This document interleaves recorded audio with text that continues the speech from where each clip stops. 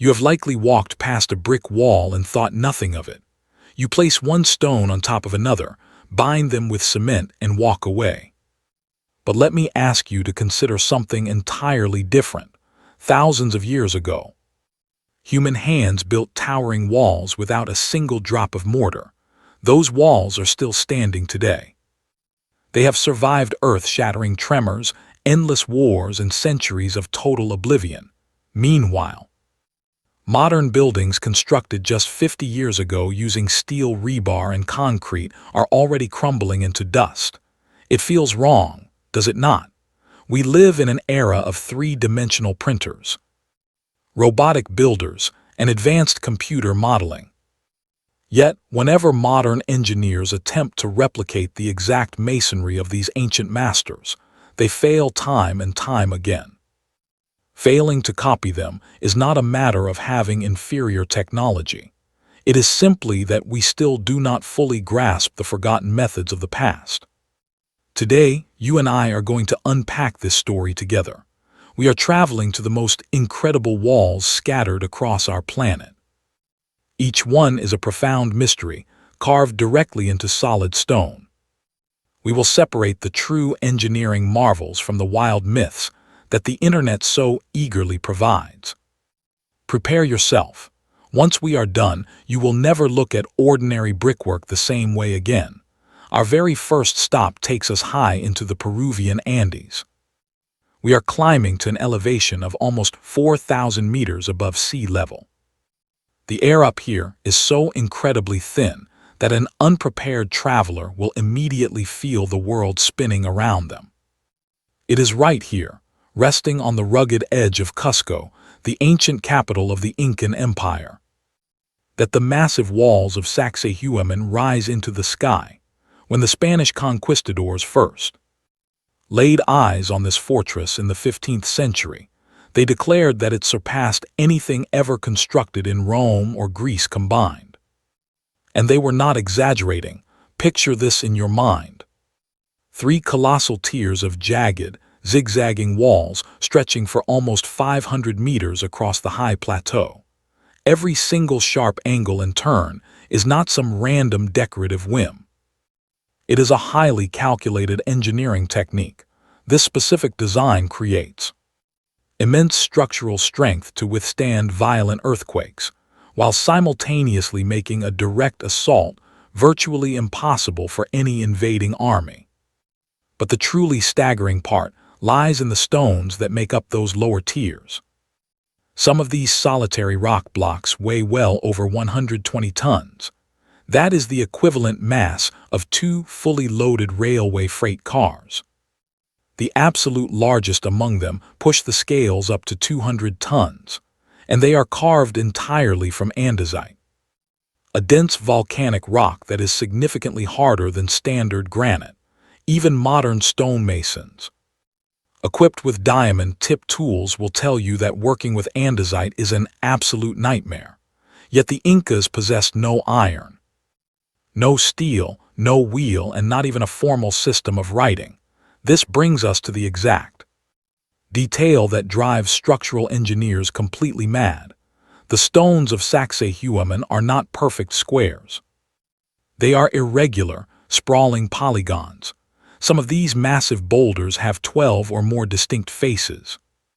Despite their chaotic shapes, they are fitted together so incredibly tightly that you cannot slide even a single razor blade between their joints. Just try to picture the sheer complexity of it. It is a puzzle made of hundreds of heavy pieces, with each single block weighing as much as a commercial truck. Every piece is entirely unique and must perfectly lock into its neighbors from every conceivable angle. A single error of just 1 millimeter would mean that entire massive structure loses its core stability naturally. This impossible precision has spawned an endless wave of alternative theories across the internet. The most popular among these claims that the Incas somehow possessed a lost technology capable of completely softening solid rock. The legend suggests there was a specific plant whose raw sap could magically turn hard andesite into a soft clay, allowing builders to mold the blocks by hand.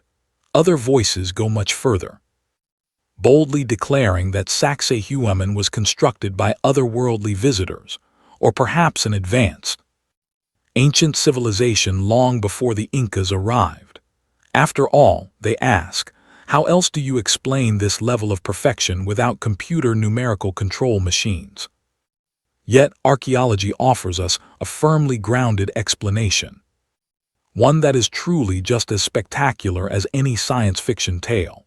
The Spanish chronicler Pedro Cieza de Leon personally observed the Incan stonemasons at work in the 15th century. He recorded that to build this fortress, Emperor Pachacuti mobilized 20,000 laborers from across the land. This monumental construction project lasted for several grueling decades and perhaps even a full century. The Incan builders utilized a painstaking technique that modern archaeologists simply call the pecking method. The master artisans would take heavy hammerstones made from even harder river rocks. For endless hours, they rhythmically chipped away microscopic fragments from the surface of the block, slowly coaxing the stone into its final shape. To ensure the joints were perfectly flush, they relied on intricate wooden templates. A master builder would place a flat wooden board against the edge of an already seated stone, trace its exact jagged contour, and then carefully transfer that precise outline onto the new block. They would check and adjust over and over until the gap completely vanished. What we are looking at here is a profound display of titanic human patience, not ancient magic, but the true genius of the Incan architects revealed itself in an entirely different way. Their massive stone walls gracefully tilt inward by roughly 3 to 5 degrees, while their heavy doorways deliberately widen toward the base. This specific geometry creates unimaginable seismic stability. Back in the year 1650, a catastrophic earthquake reduced the modern Spanish colonial buildings to jagged rubble. The ancient Incan walls did not even shudder. In 1950, history violently repeated itself. Half the city was destroyed, yet the masonry held firm. With no mortar, the stones slightly shift during a tremor, absorbing energy before settling back together like a puzzle.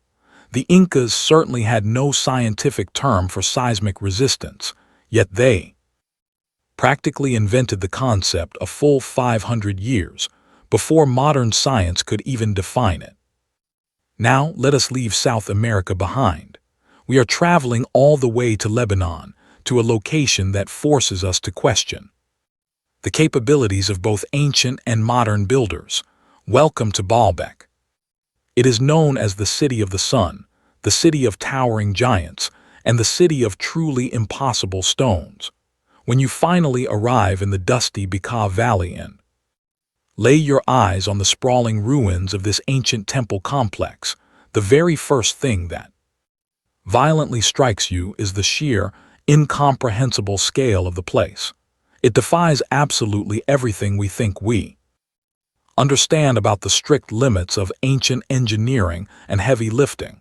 Everything standing here feels wildly disproportionate, almost as if it were designed not for ordinary human beings, but for towering giants reaching 20 meters into the sky.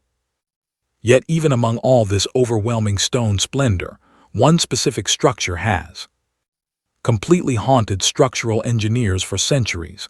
It is called the trilithon. These are 3 colossal, solid stone blocks resting seamlessly within the retaining wall of the Temple of Jupiter, positioned nearly 7 meters above the earth. Each single block measures 19 meters in length, stands over 4 meters high, and weighs a mind-numbing 800 tons. To give you some crucial context, the heaviest stone in the Great Pyramid of Egypt is roughly 90 tons, which is almost 9 times lighter. But the trilithon is not the most shocking part. Stick with me here, because this is where the mystery genuinely deepens. In an ancient limestone quarry about 1 kilometer from the main temple, a massive block remains trapped in the earth. The locals call it the stone of the pregnant woman, and its estimated weight sits at 1,000 tons. Right next to it, in 2014, German researchers from the Archaeological Institute unearthed another partially carved block. This absolute monster weighs an estimated 1,500 tons. It officially holds the record as the heaviest manually carved stone in human history. To put that into perspective, it weighs about as much as a fully loaded space shuttle sitting on the launch pad. Naturally, the internet exploded with theories, claiming Baalbek was a bustling spaceport for ancient gods to land their ships. Other voices aggressively argue that these colossal stones were levitated through the air, perhaps guided by acoustic resonance or lost sonic wave technology. A third popular camp points to the ancient Arabic chronicles, insisting that pre-flood giants handled the heavy labor. After all, they ask, what normal human beings could possibly toss 800-ton blocks around like children playing with wooden blocks? But reality, as is so often the case, proves to be somewhat less magical, though undoubtedly just as magnificent. Let us look at a vital geographical detail that conspiracy theorists consistently choose to ignore. The ancient quarry is actually situated at a higher elevation than the temple complex itself. This means the heavy stones never had to be violently hoisted upward, but merely guided slowly down a slope. The heavy archaeological evidence points directly to the Romans, who were undeniably some of the most phenomenal engineers the ancient world had ever produced. They laid down vast networks of aqueducts, deep-rooted roads, and complex bridges across their entire empire. In Baalbek alone, they maintained 200 continuous years of dedicated construction. The massive retaining wall holding the trilithon was never meant to be a simple decorative border. It was a strict architectural necessity. The soil down in the Decay Valley is notoriously unstable. Those massive, heavy blocks generated the intense downward pressure required to keep the grand temple foundation from dangerously sliding away. The heavier the stone block, the more reliable the wall became. And moving sheer loads like this is actually a well-documented fact. Consider what happened in the 18th century, when the Russian Empress Catherine the Great ordered a gargantuan granite monolith transported directly into St. Petersburg. She needed a base for the famous bronze horseman monument. That single piece of rock weighed an astonishing 1,250 tons, making it 1.5 times heavier than the massive trilithon stones. And it was successfully moved without a single modern crane or diesel motor. It was accomplished entirely through human muscle. Heavy hemp ropes, wooden rollers, iron levers, and brilliant engineering. If 18th century workers could pull that off, the heavily funded Roman Empire certainly could. The true mystery of Baalbek is not about how they managed to move the stones. The real lingering question is why they chose such giants. Any practical architect will tell you that the same retaining wall could have easily been constructed using hundreds of much smaller, manageable blocks. The real answer likely lies hidden within the dark psychology of ancient power. Baalbek served as the primary pilgrimage center for the entire eastern region. The towering temple was specifically designed to strike absolute, paralyzing awe into the heart of every single person who approached it. We can certainly say the mission was accomplished, because it continues to project that exact same overwhelming dread today. From the heavy Roman giants, we are shifting our focus to the sweeping savannas of Southeast Africa. We are approaching a place so profoundly complex that early European colonizers simply refused to believe local African hands had built it. Great Zimbabwe. When the German geologist Karl Mach first stumbled upon these majestic stone ruins in 1871, he was utterly bewildered.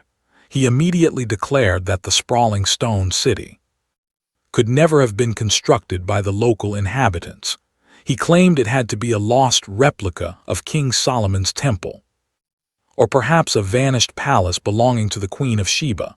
This deeply rooted, dismissive prejudice heavily clouded historical judgment for nearly a full century. The colonial authorities of Rhodesia even went so far as to actively threaten early archaeologists, demanding they aggressively conceal the true African origins of the mighty stone walls.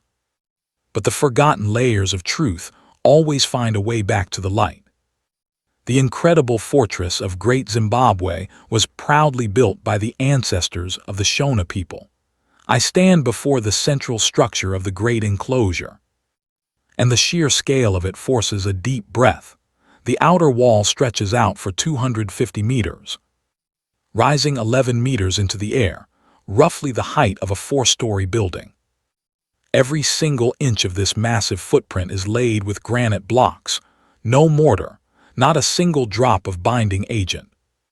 Just dry stone resting on stone. We are talking about nearly 1 million individual blocks for this section alone.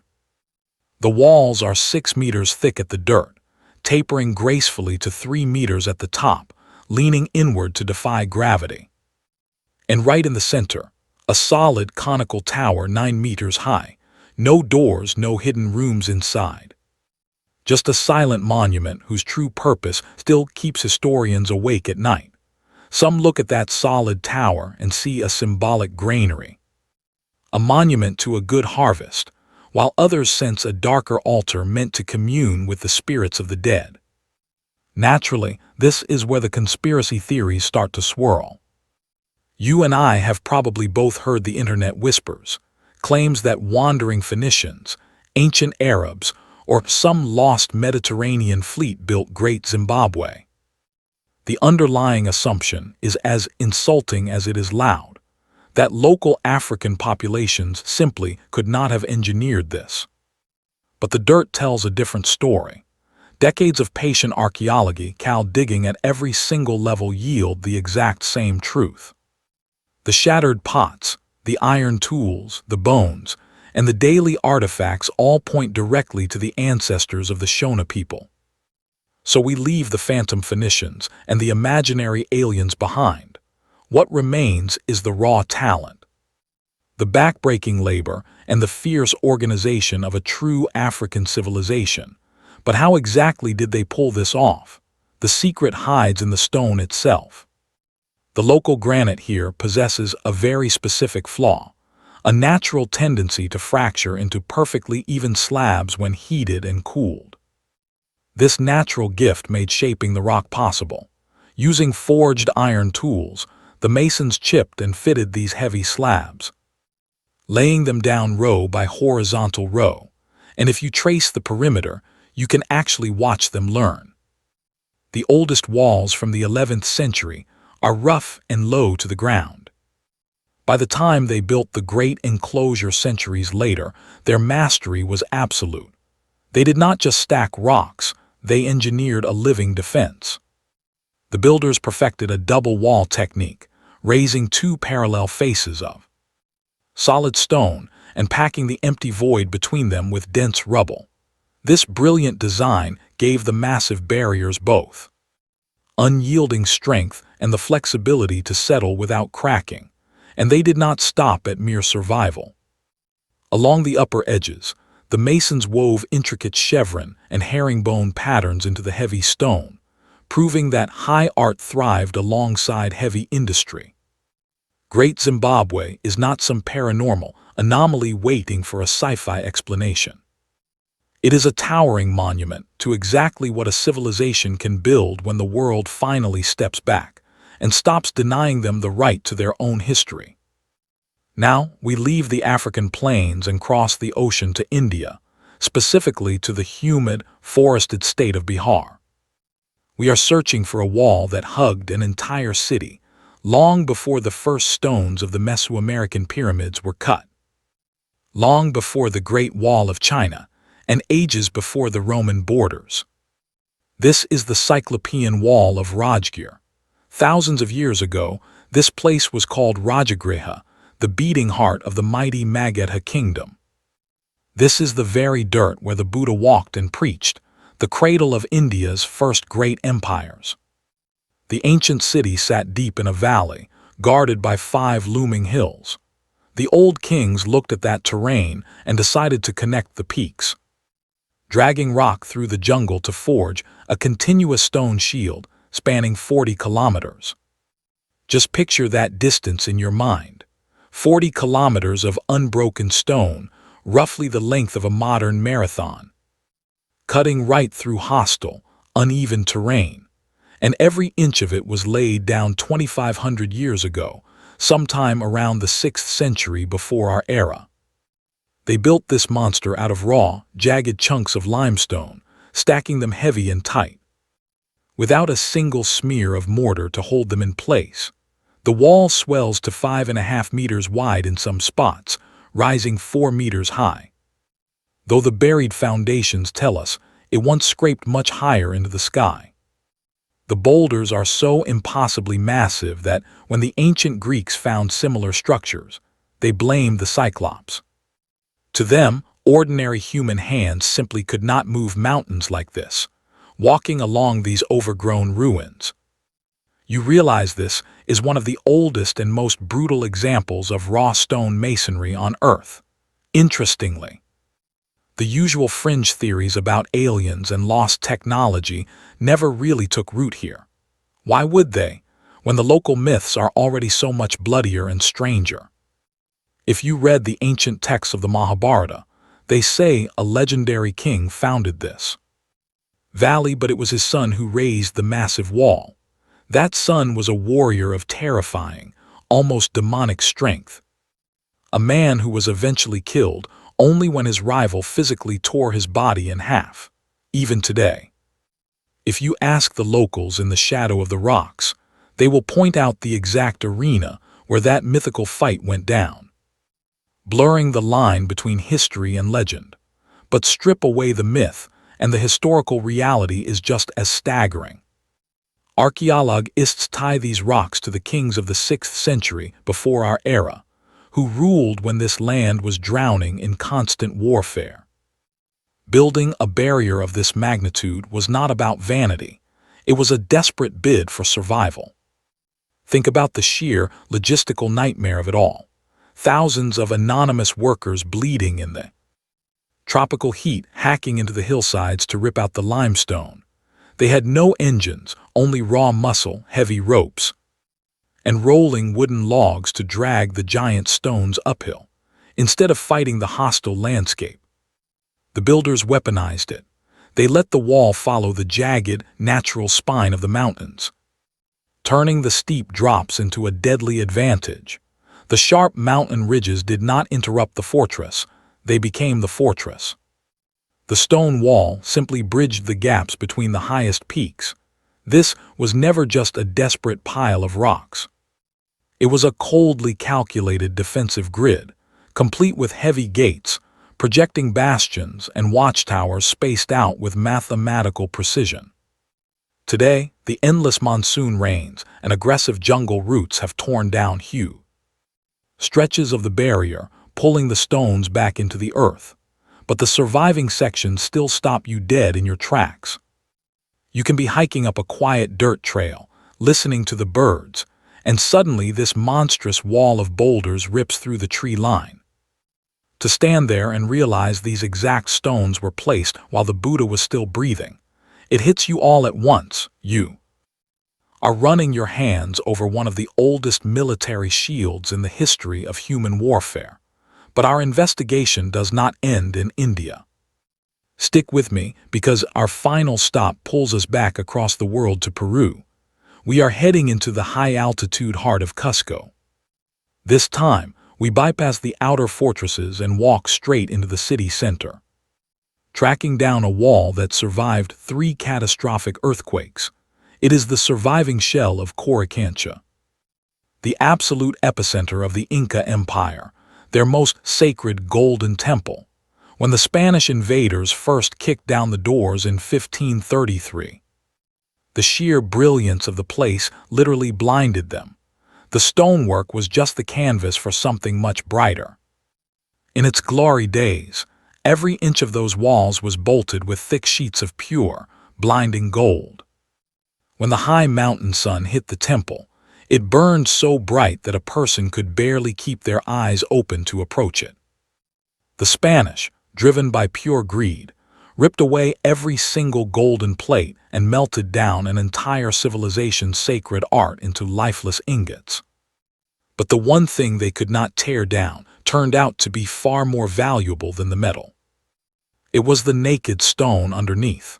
The dark gray andesite wall of Coricancha is the undisputed peak of Inca engineering.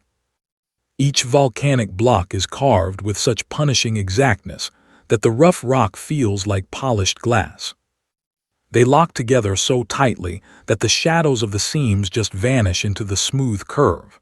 Just pause and think about what a smoothly curved, mortar-free stone wall actually demands.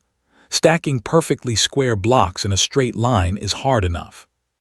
But to bend that wall, that means every single heavy block must be carved into a wildly specific, unique wedge. Someone had to calculate the exact radius of the curve in their head, ensuring the rock would interlock flawlessly with the jagged puzzle pieces around it. How did these builders pull this off without paper blueprints, without complex written mathematics, without a single modern measuring tool? It is a mystery that still gives structural engineers stress headaches. The Spanish certainly did not care. They sneered at the native rocks and smugly built their own European church right on top of the old foundation. The earth itself ended up settling the debate. In 1650, a massive earthquake ripped through the valley.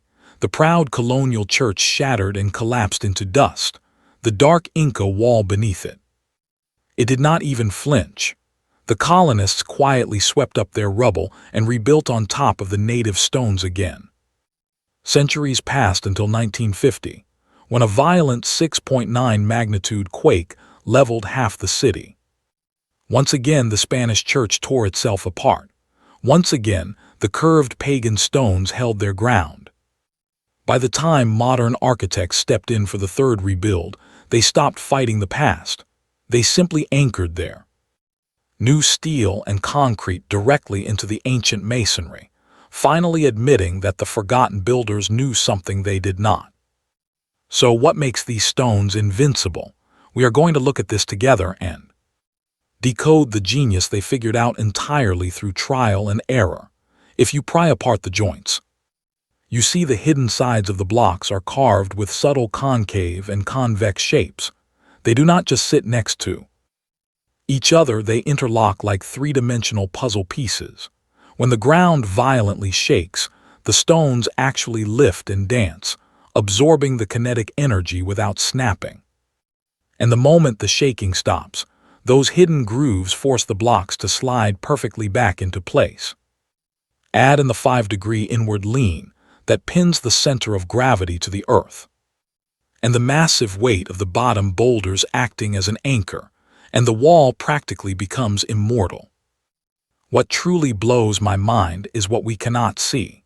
Structural engineers now believe that over 60% of the grueling labor went straight into the dirt. Deep underground foundations, complex water drainage channels, and heavily compacted soil beds. Without that invisible skeleton, these walls would have buckled in 50 years, let alone 5 centuries. Naturally, the fringe theorists take one look at the glassy joints and scream about ancient lasers, acoustic levitation, or refugees from Atlantis, but they always conveniently crop their photos. They ignore the fact that if you walk 2 streets over, you will find incredibly rough, sloppy stone walls holding up basic storage sheds. If they had magic alien lasers, why only use them on the temples and let the barns crumble? The truth is far more grounded, yet infinitely more impressive. The empire put their absolute best master carvers on the sacred sites, while ordinary farmers, drafted into the labor tax system known as the Mita, threw together the minor buildings. It is not science fiction. It is just standard human hierarchy. A Spanish chronicler actually watched the last of the native stonemasons at work, recording that they used nothing but hard river rocks and raw friction. The flawless precision that drops our jaws today was simply the result of agonizing patience, a cut that a modern contractor finishes before lunch with a diamond grinder took an ancient craftsman weeks of bleeding hands and repetitive scraping. They did not have levitation or magic, but they had the one thing we always seem to lack: time and discipline.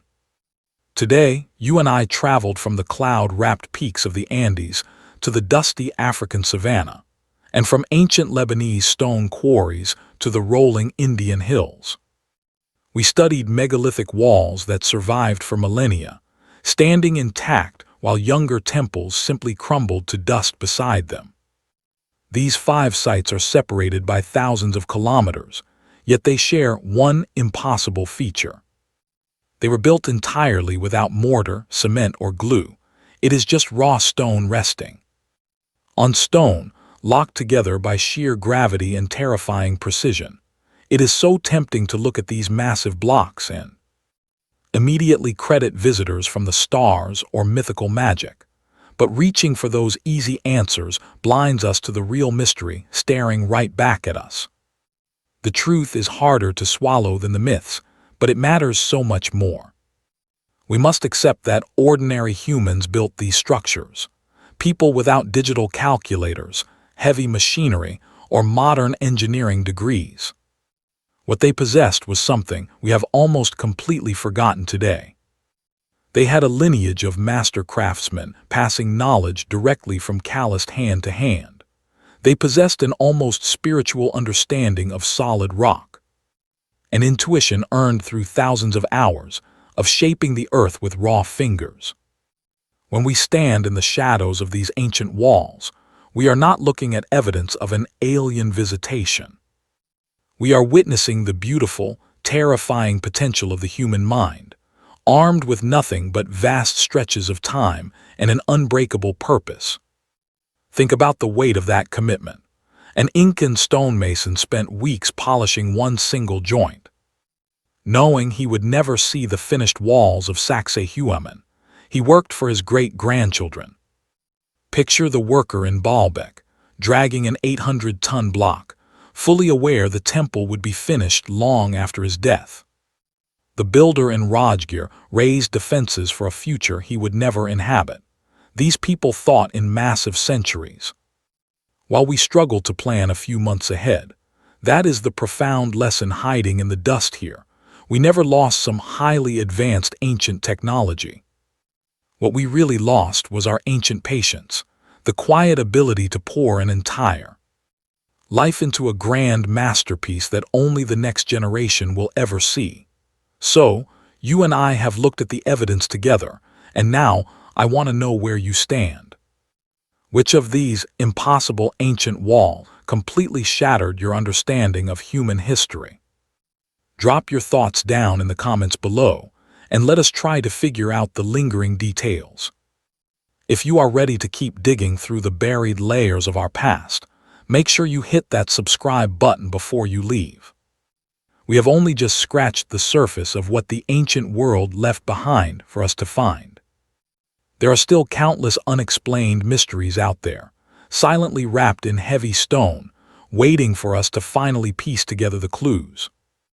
Until next time, keep your eyes wide open and never stop questioning the history you were taught.